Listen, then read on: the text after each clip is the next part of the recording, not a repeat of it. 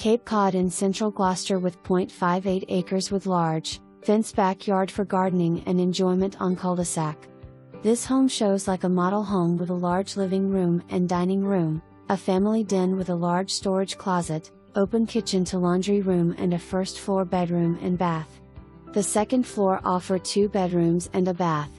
This home features new HVAC, 6 months old, new carpet just installed in bedrooms, replacement windows, water softener, 1 year, walk-in closet, ceramic tile, laundry sink, and many other updates.